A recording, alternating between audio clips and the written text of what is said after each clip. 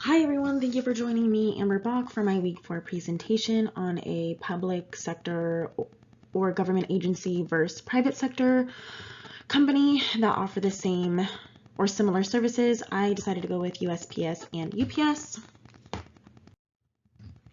So essentially the UPS, or United Parcel Service, and USPS, United States Postal Service, offer the same courier services.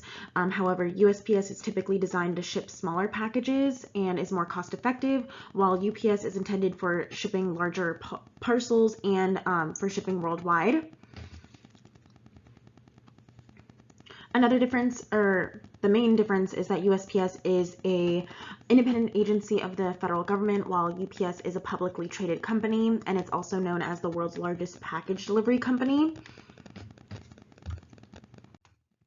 So, going over the thesis, the United Parcel Service provides very similar services to the public as the United States Postal Service. However, they are fundamentally different in aspects of accountability, funding, and efficiency, which will be discussed in 3 themes in the upcoming slides.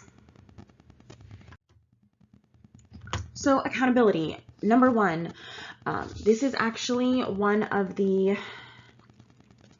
few government agencies explicitly authorized in the United States Constitution. So there is the Postal Clause in Article 1, Section 8, Clause 7 of the Constitution. It's also known as Postal Clause or the Postal Power. So this actually empowers Congress to establish post offices and post roads. So the post office has the constitutional authority to designate mail routes. The post office is also empowered to construct or designate post offices with the implied authority to carry, deliver, and regulate the mail of the United States as a whole. The postal power also includes the power to designate certain materials as non-mailable and to pass statutes criminalizing the abuses of the postal system, such as mail fraud, armed robbery of post offices, etc.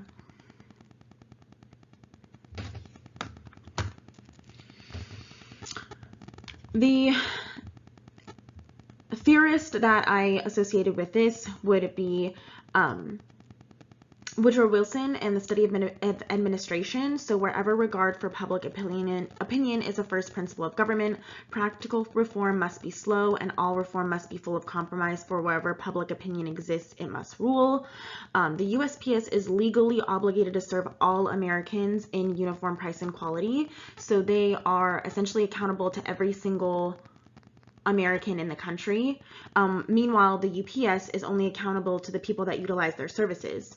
So we have the choice to utilize UPS or not. We don't, if I don't like their customer service or how they handle packages, I simply just don't have to go there.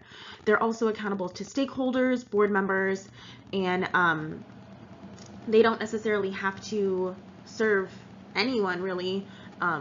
Unlike the USPS, like I said, which is legally obligated to serve all Americans and therefore is accountable to every single American.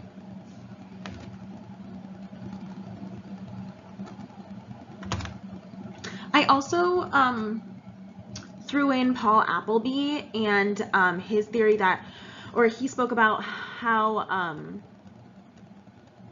the USPS is, or they're subject to public scrutiny and public outcry, so a discharged employee of a government agency is news. So if the Postmaster General was removed from power, then that's going to be something that will be newsworthy. Unlike in the private sector, if someone is discharged, you're not necessarily going to hear it. I mean, probably with the USPS, because it is a publicly traded company and such a large company at that, we'd probably hear about it. However, it's not necessarily news, quote unquote news, unlike someone in a government agency and one in power, especially one that is accountable to every single American.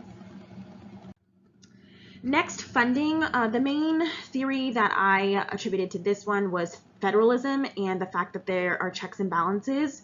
So the government sets the rates to ensure the accountability, as stated in the Constitution, to serve all Americans at a uniform price and quality. Despite them not funding the agency, because the agency is funded by consumers by purchasing stamps and utilizing their other services and being charged other fees. So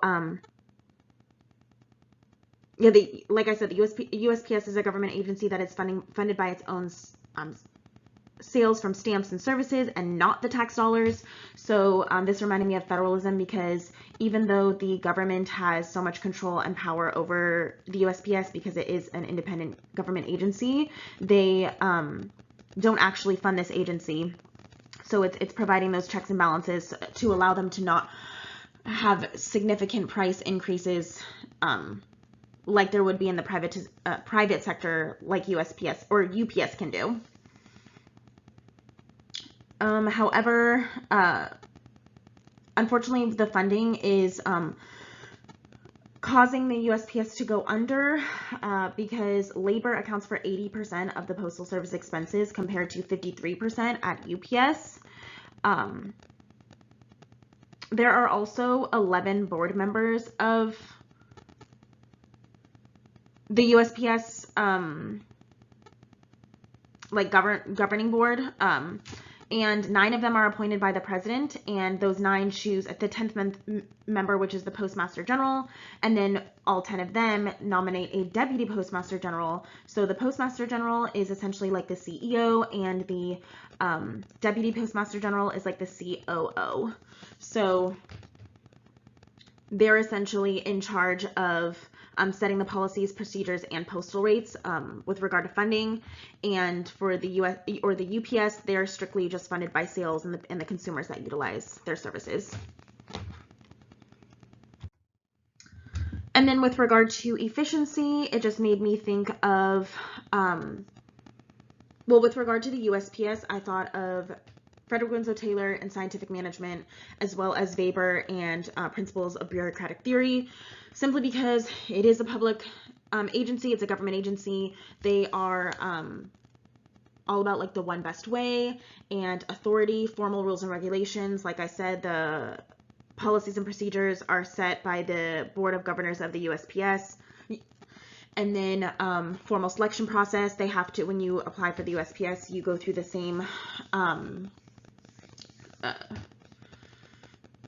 to deter nepotism, you have to go through the tests and everything as stated in the Pendleton Act to help basically secure job security.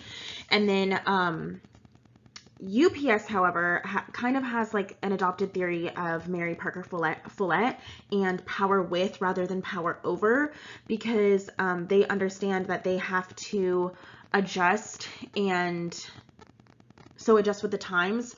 USPS, unfortunately, goes slower because they have all that bureaucratic red tape, and because they have to go through so many hoops.